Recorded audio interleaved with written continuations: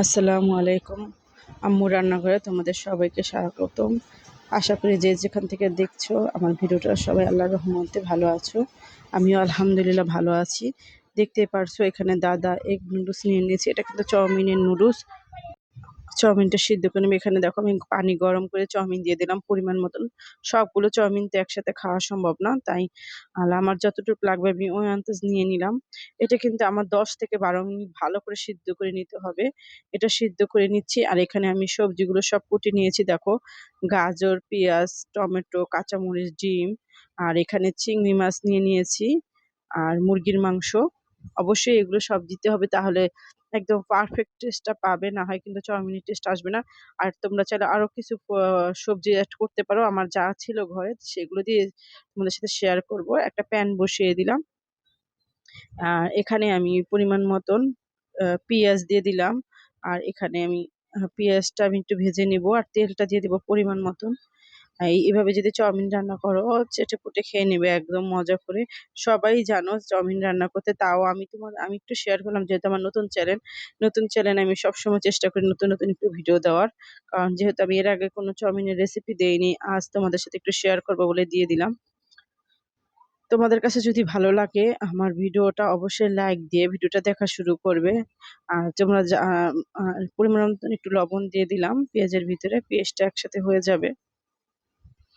আর এখানে কথা বলতে বলতে কিন্তু আমার পেঁয়াজটা প্রায় আধা বাদি হয়ে গেছে। বেশি ভাজবো না, বেশি ভাজলে কিন্তু নুডলসের পেঁয়াজটা টেস্টটা নষ্ট হয়ে যায়, এটার জন্য হালকা ভাজবো। আর এখন আমি মুরগি এক বাটি, ছোট বাটির 1 বাটি মুরগি মাংস দিয়েছি। এটা কিন্তু দিতে হবে, না হয় কিন্তু টেস্ট লাগবে না। টেস্টের জন্য মুরগিটা যদি তোমরা না চাও যে না দিবে না, তাহলে তোমরা এটা শুধু ডিম দিয়ে রান্না করতে পারো, কিন্তু ডিম দিয়ে রান্না করলে পারফেক্ট ভাবে টেস্টটা আসবে না।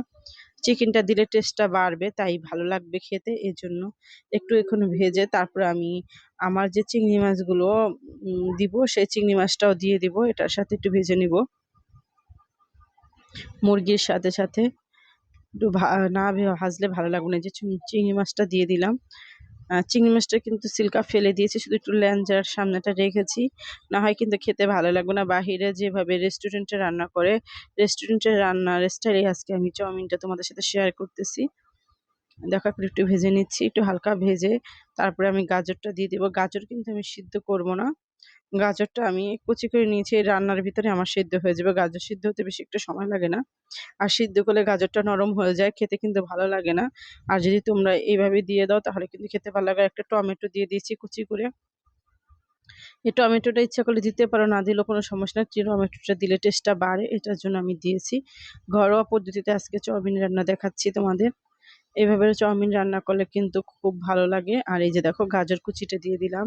আমি লম্বা লম্বা করে গাজর কুচি করে নিয়েছি। এখানে তোমরা চাইলে আরো অন্য রকমের সবজি ব্যবহার করতে পারো, লুই বা ক্যাপসিকাম, ফুলকপি। এখন তো শীতের সিজন, এখন গরমের সিজনে লুই বা গাজরটা পাওয়া যায়, ক্যাপসিকামটা দিতে পারো। এখন আমার ঘরে ছিল গাজরটা, তাই আমি গাজরটা দিয়ে আজকে চাউমিন রান্না করে দেখাচ্ছি তোমাদের।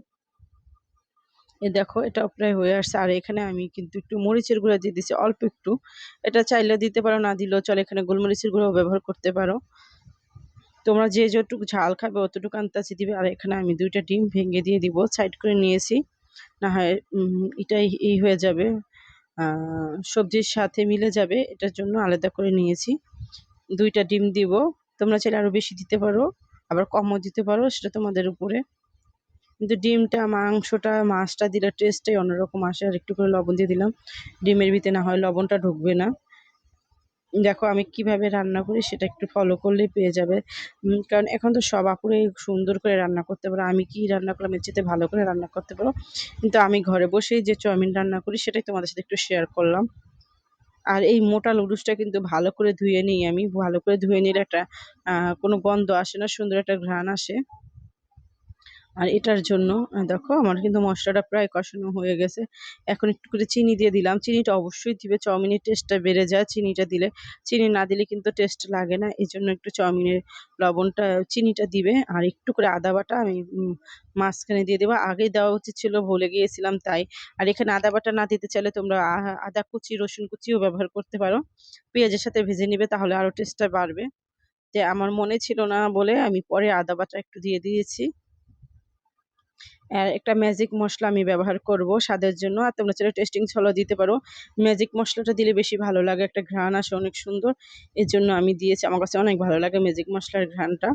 1 প্যাকেট ম্যাজিক মসলা দিয়ে দিলাম টেস্টের জন্য। টেস্টটা আরো বেড়ে যাবে এজন্য। কারণ এই নুডলসের সাথে কিন্তু আলাদা কোনো মসলা থাকে না, তাই এই মসলাটা। আর এই দেখো আমি নুডলসগুলো ধুয়ে ঝরিয়ে রেখেছিলাম, এখন নুডলসগুলো দিয়ে দিচ্ছি।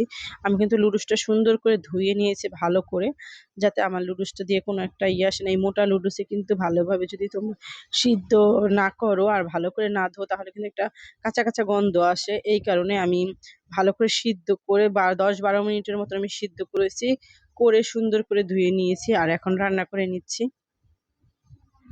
কথা বলতে বলতে কিন্তু একদম লাস্টের দিকে চলে আসছে। আমার নুডলসটা কিন্তু প্রায় হয়ে আসছে। আর আমার ঘরে কিন্তু সবাই খেয়েছে মজা করে। তোমরা যদি খেতে চাও আমার মতন এরকম বেশি করে নুডলস রান্না করে, মেহমান আসলে, আমার ঘরে মেহমানও ছিল তাই আমি একটু বেশি করে রান্না করছি এই চাউমিনটা। সেই কারণেই তোমাদের সাথে একটু শেয়ার করা।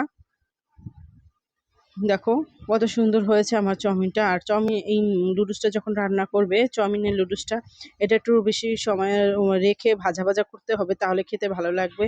না হয় কিন্তু ভালো লাগবে না খেতে, আর টেস্টটা পারফেক্ট ভাবে পাবে না। দেখো, আর নাড়াচাড়া করতে হবে ভালো করে, যাতে নিচটা না লেগে যায়। একটু হাই জালে দিতে, বা জালটা একটু বাড়িয়ে দিতে হবে, তাহলে ভালো হবে। আর এখন সসটা দিয়ে দিলাম।